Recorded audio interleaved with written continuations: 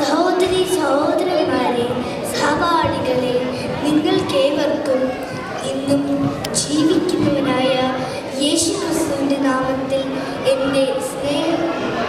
ഇന്ന് നിങ്ങളോടൊപ്പം അല്പസമയം ചിന്തിക്കാൻ കിട്ടിയിരിക്കുന്ന പ്രസംഗ വിഷയം വിശ്വാസം എന്നതാണ്. വിശ്വാസം എന്നതിന് അപ്പോസ്തലനായ പൗലോസ് ശ്ലീഹ എബ്രായർ ലേഖനത്തിലൂടെ നമുക്ക് നൽകുന്ന നിർവചനം ആശിക്കുന്നതിൻ്റെ ഉറപ്പും കാണാത്ത കാര്യങ്ങളുടെ നിശ്ചയമുള്ളതാണ്. വിശ്വാസത്തെക്കുറിച്ച് വിശുദ്ധ വേദപുസ്തകത്തിൽ അനേകം തെളിവുകൾ നമുക്ക് കാണുവാൻ സാധിക്കും. ഉദാഹരണമായി വിശ്വാസത്തിന്റെ പിതാവായ അബ്രഹാമിൻ്റെ ആ വിശ്വാസ ജീവിതം.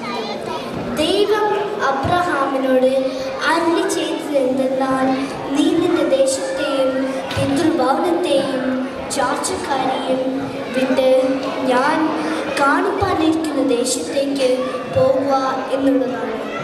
അബ്രഹാം ദൈവത്തിൻ്റെ വാക്ക് വിശ്വസിച്ചുകൊണ്ട് സ്വന്തം ദേശത്തെയും തനിക്കുണ്ടായിരുന്ന സകല ബന്ധങ്ങളെയും ഉപേക്ഷിച്ചുകൊണ്ട് പോകുന്നു. അബ്രഹാമിൻ്റെ ജീവിതത്തിൽ ദൈവത്തിലുള്ള വിശ്വാസം മൂലമാണ് ഇതിന് സാധിച്ചത്.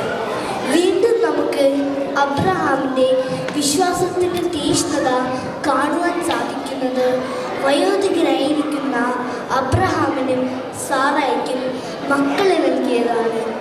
ഇവിടെ സാറായുടെ വിശ്വാസത്തെക്കുറിച്ച് പൗലോസ് അപ്പോസ്തലൻ ഇങ്ങനെ പറയുന്നു: സാറായുടെ ഗർഭപാത്രം നിർജീവമായെങ്കിലും ദൈവത്തിൻ്റെ വചനത്തിന് ആശയോടെ ശക്തിയുണ്ടെന്ന് വിശ്വസിച്ചു.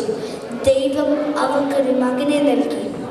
വീണ്ടും അവരുടെ വിശ്വാസത്തിനെ വെളിപ്പെടുത്തുന്ന സംഭവമാണ് വാർദ്ധക്യത്തിൽ ജനിച്ച അവരുടെ മകനെ ബലിയർപ്പിക്കാൻ ആവശ്യപ്പെട്ടപ്പോൾ അബ്രഹാം അതിന് തയ്യാറായി.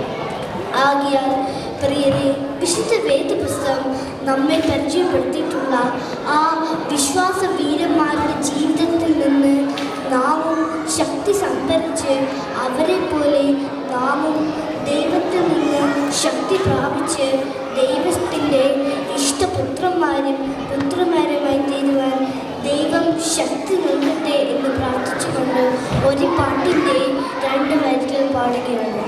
വിശ്വാസ ജീവിത പടകിൽ ഞാൻ സിയോൻ നഗരിയിൽ പോകുന്നു. ഞാൻ വിശ്വാസ നായകനേശുവെ നോക്കി വിശ്രമദേശത്തു പോകുന്നു.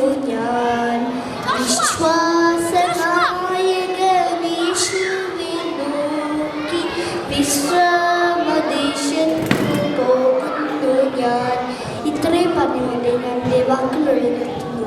ദൈവത്തിന് മാത്രം.